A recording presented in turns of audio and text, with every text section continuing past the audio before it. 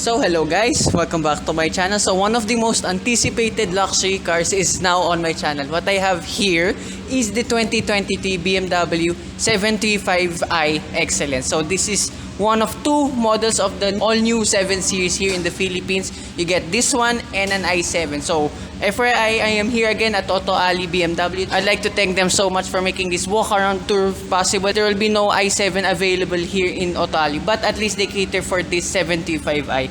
So, biggest talking point with this car, the looks. It's as well one of the most controversial designs of the past decade, I have to say. I don't mind the looks. As you all know me, I do like a bit of weirdo looking cars. So you get split headlights over here, the LED DRLs up above, and your main headlights is right here down below. So what I have to say about the design of this car, it's more or less like an exaggeration of BMW. You will definitely look twice at this. It could be for the right reasons or the wrong reasons. It's up to you to decide to that. But for me, yet again, I don't mind the looks of this. Here now at the grille, it is huge. 2, 3, 4, 5. Almost 5 of my arms can fit in each grille. Like all BMW, you get an active kidney grille. So at the moment, the engine is off, and as well, these are shut, so it doesn't need any cooling whatsoever. Ground clearance over here is actually pretty generous at 147 millimeters. Another key feature with the 735i, so this has adaptive 2-air suspension, so you can either lift it up or down, and as well there's clever trickery with the suspension too. So being a BMW, so if you tend to corner really hard, the body will remain flat at all times. So yet again, another signature thing with BMW. So another big talking point with the 735i, and well, for me too personally, is the engine.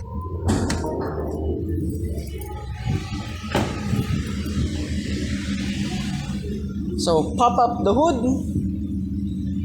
That's more like it. You are greeted with a whopping 3-liter turbocharged straight-six engine that produces 286 horsepower and 425 Newton meters of torque. And like all BMWs, this is mated to an 8-speed ZF automatic transmission. So another thing, this is mated too with a 48-volt mild hybrid system. So that means acceleration is done in 6.7 seconds. You notice the figures there. It is exactly almost the same with the previous generation G11 730i. I have a full review of that as well here from Auto Alley. I'm surprised that a 2-liter engine has the same output with this straight 6 engine, but I've driven a straight 6 engine before. Well, a bit diesel only. It's one of the smoothest engines I've ever tested on my channel so far. So I really hope I can drive this soon on my channel too. And as you can see, over here in the engine, there's a very long strut base over here. So yet again, to improve the handling. And look at this hood alone. This car is so big, I can't even fit on the frame itself here. I really don't know slam it, but you have to. So here now at the side of the 735i, it's still going. It's still going. Yeah, this is probably one of the longest and widest cars I've tried out on my channel. Like literally 5 to 6 meters away from my camera because it literally cannot fit in the frame at all. This is like almost a limousine luxury car already, as BMW in general market this car. So what you get on the side profile, yes, being a BMW, there's a lot of chrome here, LED side repeaters with more chrome here on the side mirror. I've not seen that in any other BMW so far. As well, you have lights over here, and the door handles are just buttons. So this is a heavy door. So these door handles and buttons are very, very similar to the BMW iX, as well in the seats, but I will show you that later on. Another special trick here with the 7 Series, this has soft closed doors.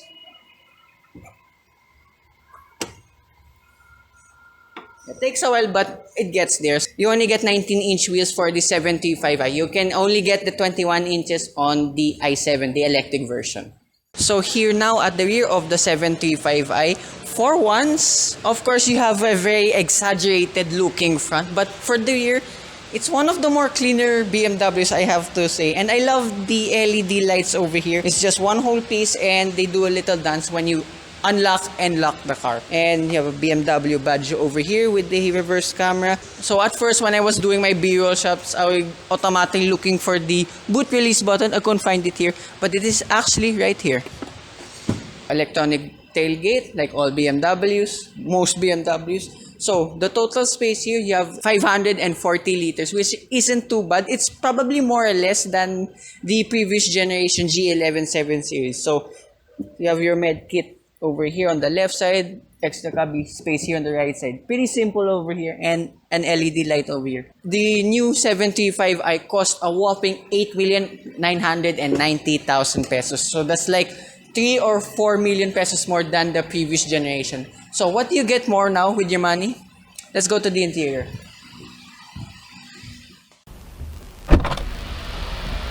So this is the interior of the all-new 7. Of course, being the all-new iDrive 8 infotainment system, you are greeted with that. Okay.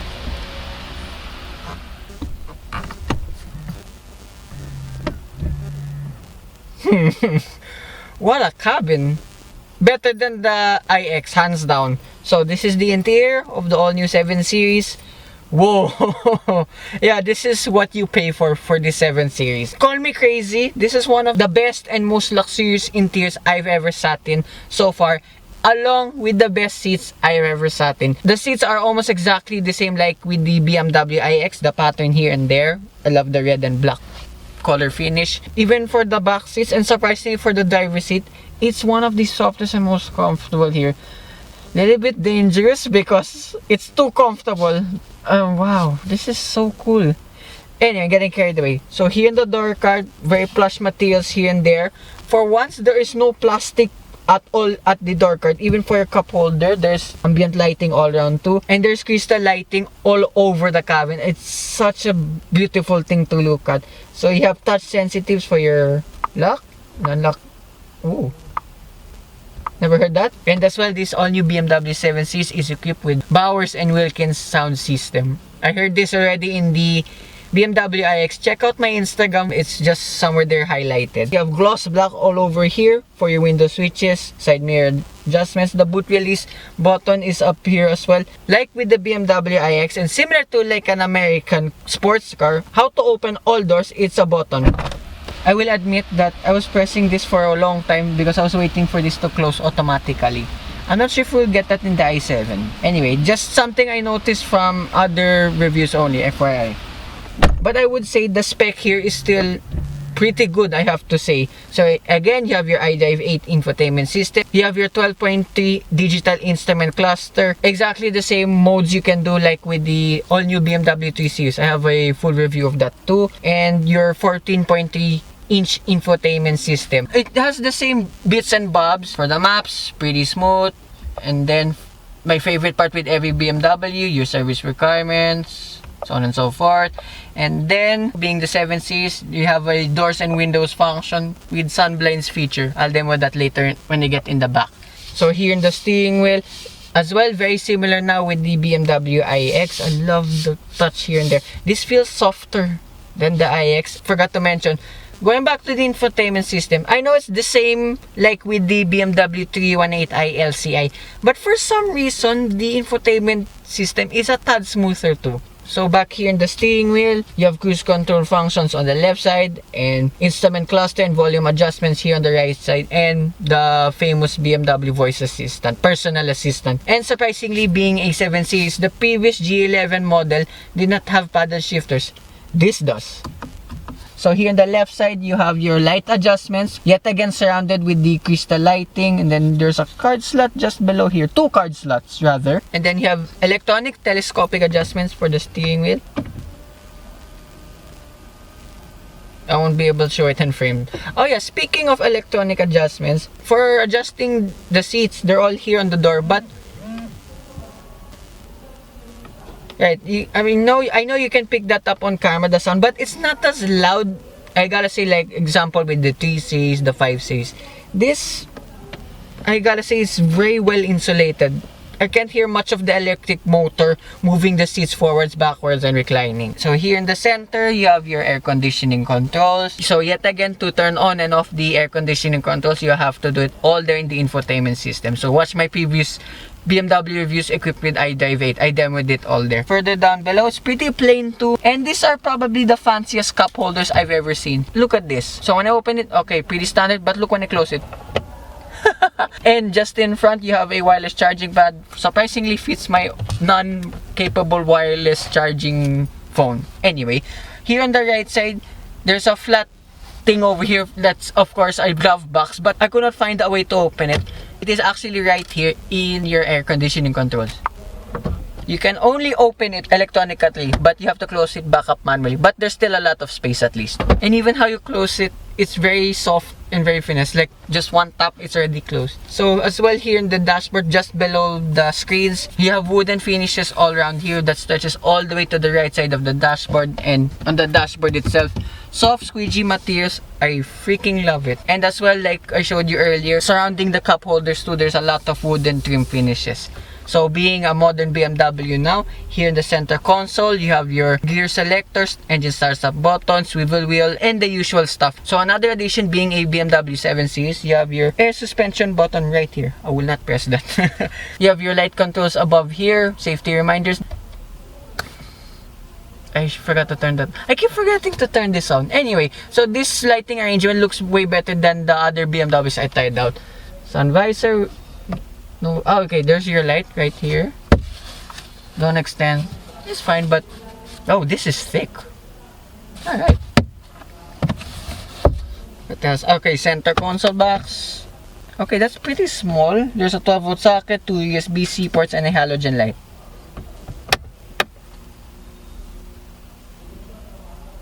I don't want to leave this cabin. Anyway, kidding aside. So, in the previous 7 Series, there's not much toys there in the back, but being the all-new one, there's a lot more. Let's check it out. So last and not least, the rear of this all-new 7 Series. So, if I close it fully, there's no more click even though this has soft close. So, a little bit of improvement from previous BMWs. Right, here at the rear, this is one of the most spacious cabins at the rear I've ever tested in a car. Feet room, knee room, infinite, absolutely infinite. I can even stretch my whole body forward, and despite the panoramic sunroof, I have a lot of headroom, as you can see. Sorry for the lighting. It actually says battery low. Yeah, there's a lot of electronics here and there, but I did demo earlier because it wasn't working. Oh, it's still working. You have a 5.5-inch tablet right here in the door. There's a lot of stuff you can do. You can actually change the sound, I assume, here, because it has the same modes like with the BMW iX, and the other modes here. You can do your ambient lighting and put up all the sun blinds. Oops, I opened the panoramic roof by accident. Oh, it opens that way. What? Oh, I gotta close here now. Oh!